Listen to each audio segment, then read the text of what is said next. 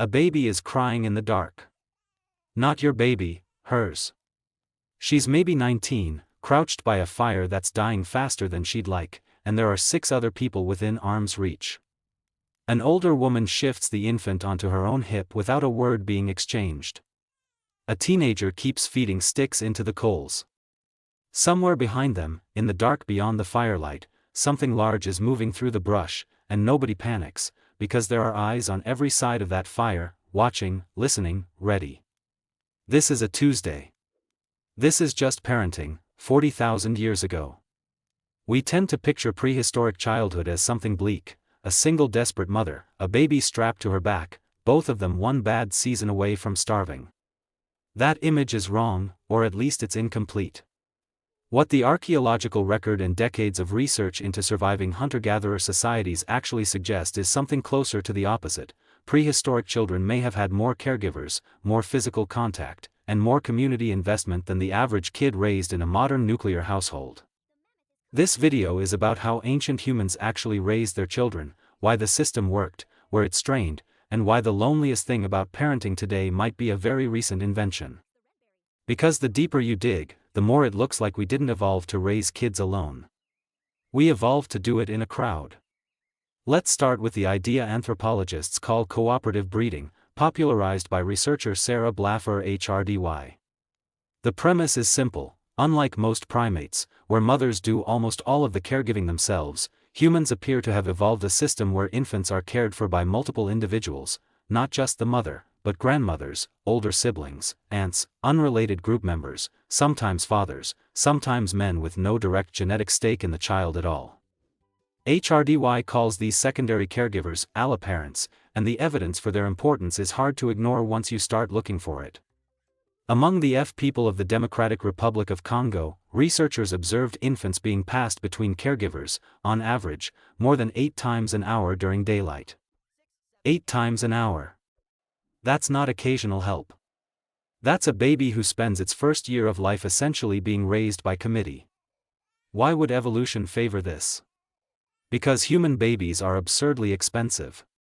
Our infants are born with brains that are only about a quarter of their adult size, compared to roughly half in chimpanzees, which means human babies arrive helpless and stay helpless for an unusually long time. A mother trying to gather enough calories to feed herself, produce milk, and keep a helpless infant alive simultaneously is running a math problem that doesn't add up on her own. Something had to give.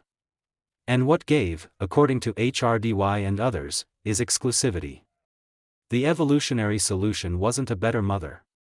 It was more mothers, functionally speaking, more hands, more eyes, more bodies willing to carry the weight, literally, of a child who couldn't do anything for itself.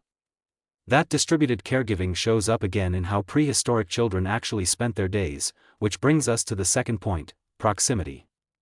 Modern parenting, especially in Western contexts, often prizes independence: cribs in separate rooms, strollers, playpens, physical distance framed as healthy development. Foraging societies studied by researchers like Melvin Connor among the Jew/Hoansi of the Kalahari show something almost the reverse. Infants that were in physical contact with a caregiver for the vast majority of daylight hours, carried in slings, held while adults worked, nursed on demand rather than on a schedule. Crying was addressed within seconds, not minutes. There was no cry it out. There was no leaving a baby to self-soothe in another room, because there often wasn't another room, and there was almost always another set of hands close enough to intervene. Connor's data suggested infants in these societies cried significantly less overall than infants in industrialized settings, and one plausible explanation is deceptively simple: their signals got answered almost immediately, all day, every day. Now stretch that forward a couple of years, past infancy, into what researchers call middle childhood, and the picture shifts again, because this is where something genuinely strange happens. Anthropologist Barry Hewlett, who has spent decades studying the aka foragers of Central Africa, documented that once children hit around 3 or 4 years old, a huge portion of their learning stopped coming from adults directly instructing them and started coming from other children. Older kids, often not much older, taught younger ones how to build things, find food, avoid danger, settle disputes. Play wasn't separate from education. Play was education, running in mixed age groups with minimal adult supervision, absorbing skills the way you'd absorb a language just by being immersed in it. There was no classroom. There didn't need to be one. The classroom was the camp itself, and the teachers were 12-year-olds who'd learned it from 9-year-olds 2 years earlier. And this is where it gets genuinely uncomfortable for a lot of modern assumptions, because that system meant far less direct adult surveillance than we consider normal today. Kids wandered. Kids used real tools, actual knives, actual fire, far earlier than most contemporary parents would ever allow. Hewlett's research among the AKA noted children handling sharp implements safely by around age 3 or 4, not because anyone taught a formal safety class, but because they'd watched it done correctly hundreds of times before anyone let them try. Risk wasn't eliminated. It was managed through exposure, not avoidance. Compare that to a modern trend researchers have flagged for years now: the steady, measurable decline in unsupervised outdoor play among children in industrialized nations, often replaced with structured, adult-directed activity. Psychologist Peter Gray has argued that this shift correlates with rising anxiety and lower resilience in kids, not proof of causation, worth being careful there, but a pattern uncomfortable enough that it's hard to just wave off. There's a fourth thread worth pulling, and it's about who actually counted as family when it came to raising a child, because prehistoric kinship wasn't necessarily built the way ours is. In many small-scale societies studied by anthropologists, including some Amazonian groups researched by Stephen Beckerman and Paul Valentine, there existed a belief system sometimes called partible paternity, the idea that a child could have more than one biological father, each contributing something to the child through multiple acts of conception with the mother during pregnancy, according to local belief. Whether or not that biology holds up under modern genetics is beside the point.